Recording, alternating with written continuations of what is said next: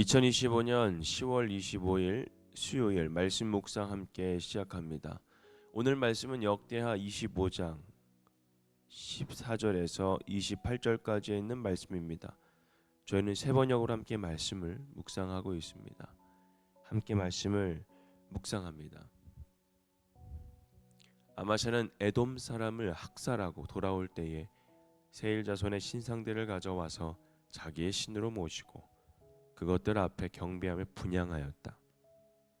이 일로 주님께서 아마샤에게 크게 진노하셔서 예언자 한 사람을 보내시니 그가 가서 아마샤에게 말하였다. 이 신들은 자기들을 섬기는 그 백성들을 임금님의 손에서 건져내지도 못하였는데 임금님께서는 이 신들에게 비치니 어찌 된 일입니까? 예언자가 이렇게 말머리를 꺼내는데 왕이 그의 말을 가로막으면서 우리가 언제 너를 왕의 고문으로 추대하였느냐? 맞아 죽지 않으려거든 그쳐라 하고 호통을 쳤다. 그러자 예언자는 이렇게 말하고 그쳤다.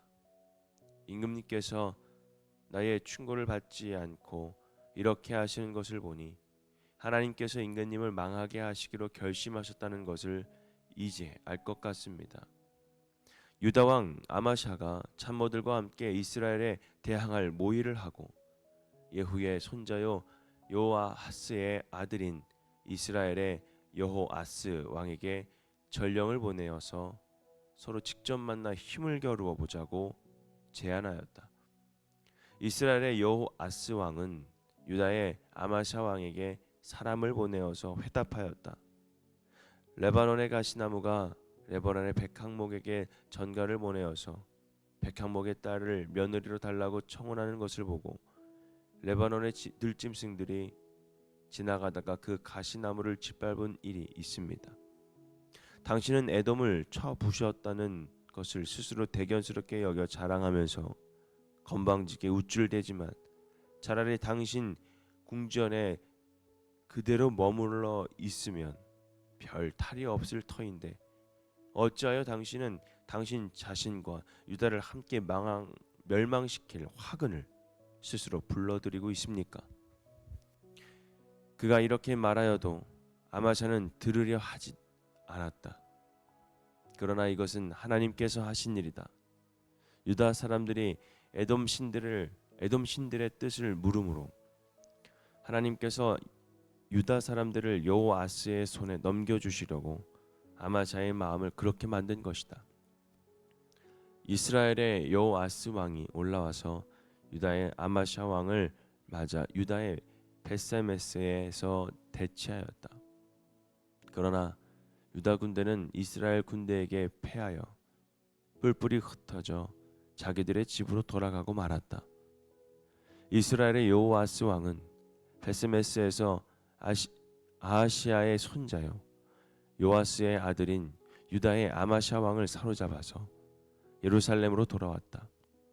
그는 예루살렘 성벽을 에브라임 문에서부터 성 모퉁이의 문에 이르기까지 400자 길이의 성벽을 허물어 버렸다. 그는 또 하나님의 성전 안에서 오베레돔이 지키고 있는 모든 금과 은과 그릇들을 약탈하고 왕궁의 보물 창고를 약탈하고 사람까지 볼모로 잡아서 사마리아로 돌아갔다. 유다의 요아스의 아들 아마샤 왕은 이스라엘의 여호아스의 아들 요아스 왕이 죽은 뒤에도 15해를 더 살았다.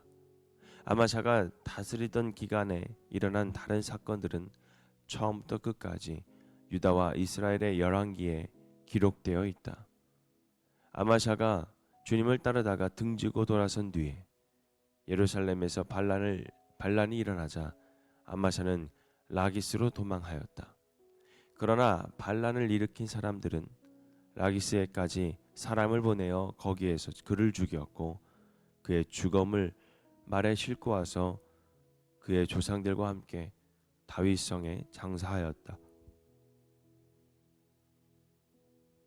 오만과 불순종이 부른 파멸이라는 주제로 함께 말씀을 묵상하겠습니다. 여러분, 순종의 절반은 결국 불순종이 된다고 어제 말씀 묵상을 통해서 반만의 순종은 불순종을 낳는다라고 함께 고백하였습니다. 아마샤는 처음에는 하나님의 말씀을 순종하는 왕이었습니다. 그는 이스라엘에서 온 용병들을 돌려보내며 하나님의 뜻을 따랐습니다. 하지만 문제는 그의 순종이 끝까지 가지 못했다는 것입니다. 처음엔 말씀에 귀에 기울였지만 승리 후에는 마음이 높아졌습니다. 반쯤 순종한 사람은 결국 완전히 불순종한 사람으로 끝나게 됩니다. 오늘 말씀은 교만과 불순종이 어떻게 한 사람의 인생과 나라를 무너뜨리는지를 보여줍니다. 승리 후 찾아온 그 교만은 신상대를 가져다가 자신의 신으로 삼는 그 모습을 보여주죠. 승리를 주신 분은 하나님이신데 그는 그의 그 승리를 모두 자신에게 돌리고 있습니다. 결국 하나님을 버렸습니다. 하나님께서 선지자를 보내어 그 죄를 책망하셨지만 아마샤는 이렇게 대답합니다. 우리가 너를 왕의 모사로 세웠나? 잠잠하라. 이것은 개역개정의 말씀인데 오늘 말씀 세 번역으로 함께 말씀을 보면 더 직설적으로 느껴지죠. 우리가 언제 너를 왕의 고문으로 추대하냐? 맞아 죽지 아니하라거든.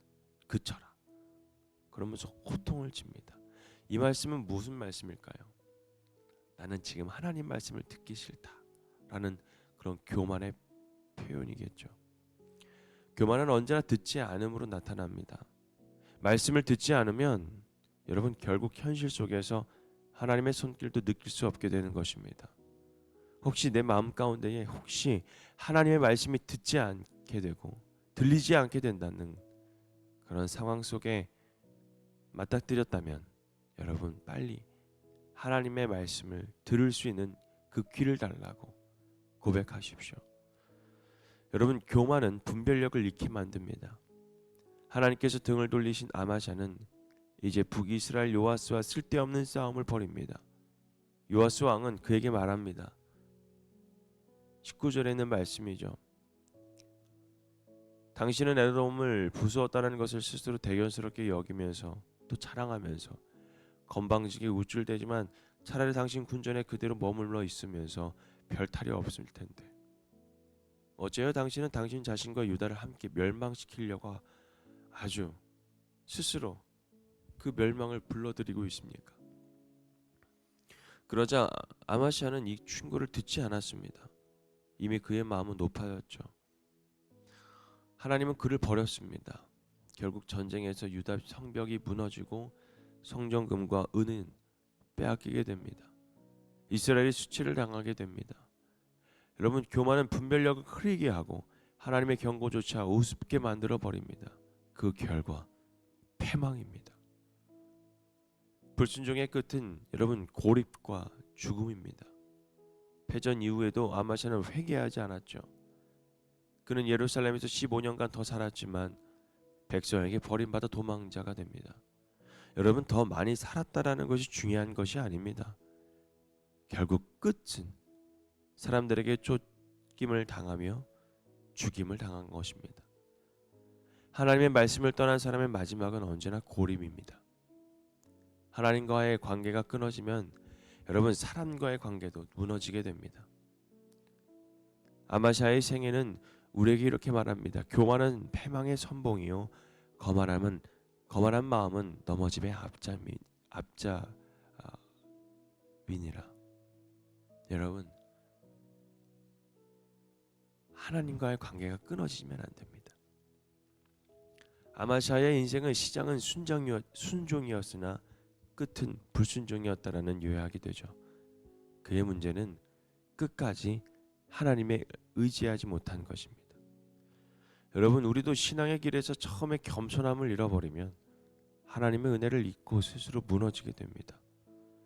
순종은 한순간의 결단이 아니라 평생의 방향입니다. 여러분 오늘 우리의 마음도 이렇게 기도했으면 좋겠습니다. 하나님 처음의 마음을 지켜주시옵소서. 은혜로 시작한 이 길을 끝까지 순종으로 마칠 수 있도록 성령님께서 우리들의 마음을 주장하여 주옵소서. 우리가 함께 이렇게 기도하며 평생의 방향을 따라 순종으로 달려갈 수 있는 저와 여러분이 되기를 주님의 이름으로 부탁드리겠습니다. 오늘 말씀 묵상 마칩니다.